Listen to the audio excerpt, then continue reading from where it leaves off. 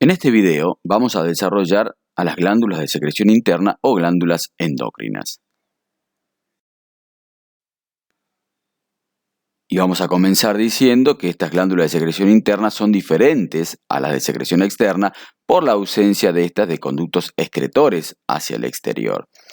Estas glándulas vierten su producto de secreción, que son las hormonas, directamente en el medio interno por intermedio de los vasos sanguíneos o linfáticos que se encuentran en ellas y son transportadas hacia los diferentes órganos o tejidos sobre las que actúan. Es por esa razón que también se las denomina glándulas endocrinas. Y estas glándulas endocrinas se encuentran en diferentes regiones del organismo, como ser en la cabeza la hipófisis y la glándula pineal, en el cuello la tiroides y la paratiroides, en la región lumbar las suprarrenales, en el área genital el tejido endocrino del testículo y de los ovarios, que van a ser descritos en el aparato genital tanto masculino como femenino, por lo tanto les recomiendo que vean esos videos.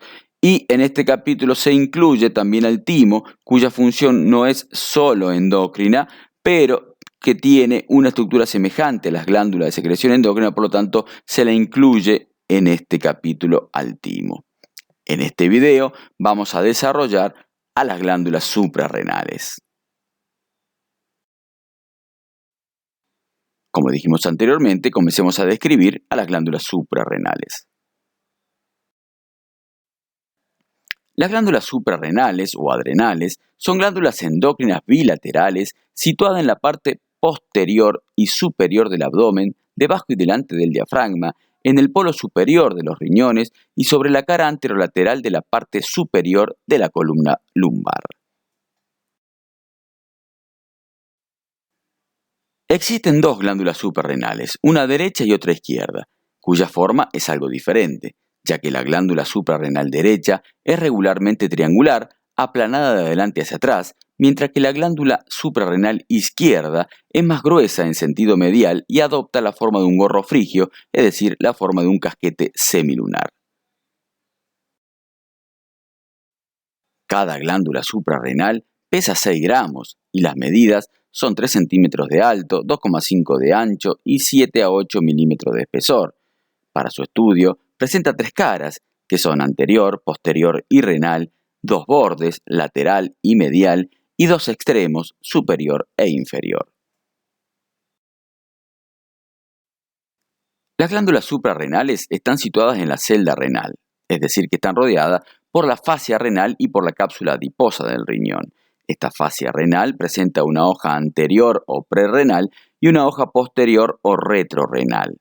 Estas hojas conforman a la fascia renal pasando anterior y posteriormente a la glándula y contienen a la grasa pre y retrorrenal, y estas hojas se van a insertar en el diafragma superiormente a la glándula suprarrenal.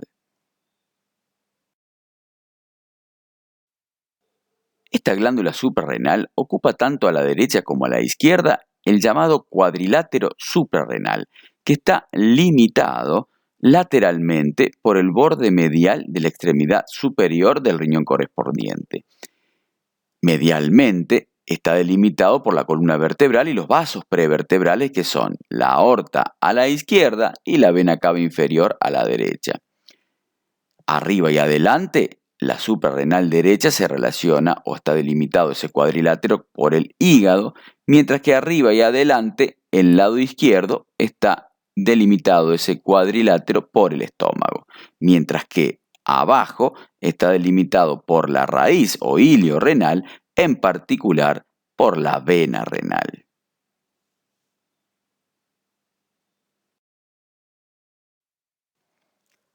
Describamos la cara anterior, y esta cara es aplanada y está surcada por el hilio del órgano, por donde sale la vena central o principal. Las relaciones de estas caras anteriores, ya sea derecha como izquierda, vamos a tener que la glándula suprarrenal derecha se relaciona con la segunda porción del duodeno, con la cara inferior del hígado, mientras que la glándula suprarrenal izquierda se relaciona con el páncreas, estómago y a veces con el borde inferior del vaso. La cara posterior de ambas glándulas suprarrenales es más pequeña que la anterior y se relacionan con el seno costodiafragmático y con los pilares posteriores del diafragma, separadas de estos a la derecha por el tronco simpático y la vena lumbar ascendente y a la izquierda por el tronco venoso ácigo-lumbar. Medialmente, estas glándulas se relacionan la derecha con la vena cava inferior y la izquierda con la aorta abdominal.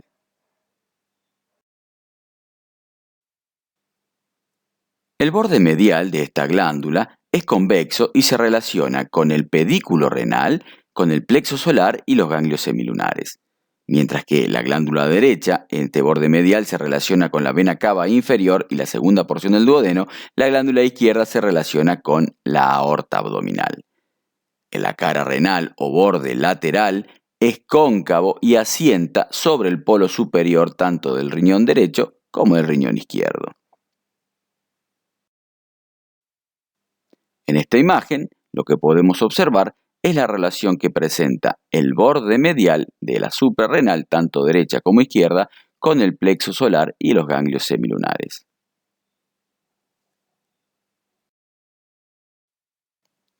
El extremo superior es romo y se relaciona con el diafragma, mientras que el extremo inferior está ubicado hacia abajo y adentro y se relaciona con el riñón y con el ilio renal o pedículo renal. Los medios de fijación de esta glándula son a través de la cápsula renal, los vasos, nervios y 3 ligamentos suprarrenales, que son el ligamento hepatosuprarrenal, el ligamento suprarrenocavo y el ligamento suprarrenodiafragmático.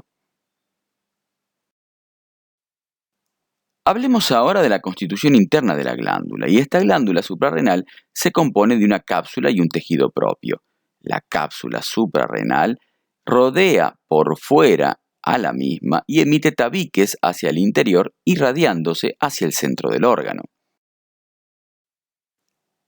Mientras que el tejido propio, al realizar un corte frontal de la glándula, se pueden observar dos zonas, una zona cortical o corteza suprarrenal y una zona medular o médula suprarrenal.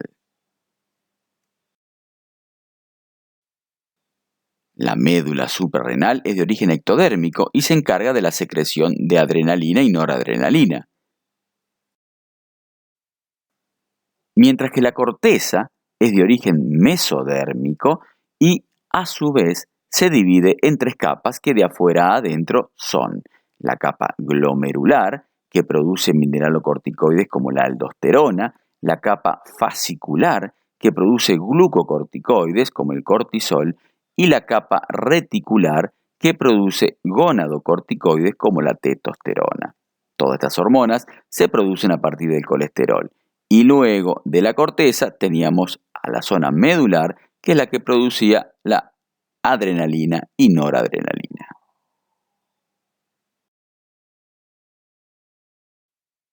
Veamos ahora cómo es la irrigación de esta glándula suprarrenal. Y esta suprarrenal presenta una gran irrigación a través de las arterias capsulares o suprarrenales superiores, ramas de la arteria diafragmáticas inferiores o frénicas inferiores, las arterias capsulares medias o suprarrenales medias, que son ramas de la aorta abdominal, y las arterias capsulares o suprarrenales inferiores, ramas de la arteria renal.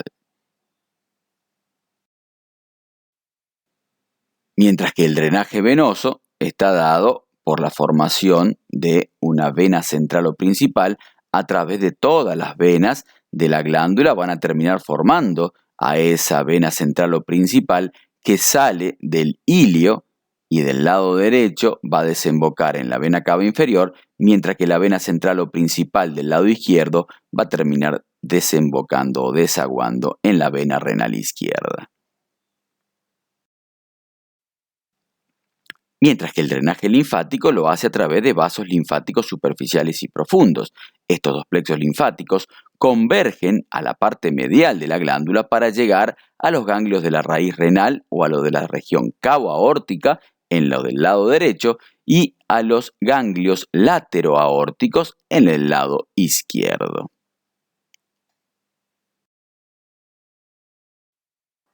La inervación de la glándula procede del plexo celíaco y del plexo renal.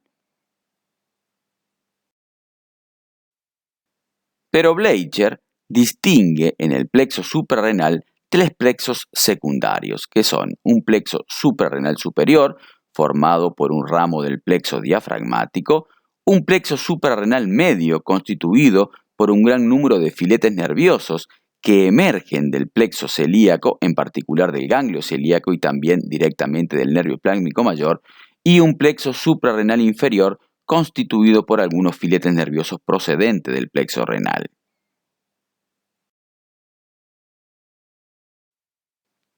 Muy bien, y de esta manera hemos llegado al final de la explicación de la glándula suprarrenal. Muchas gracias por su atención.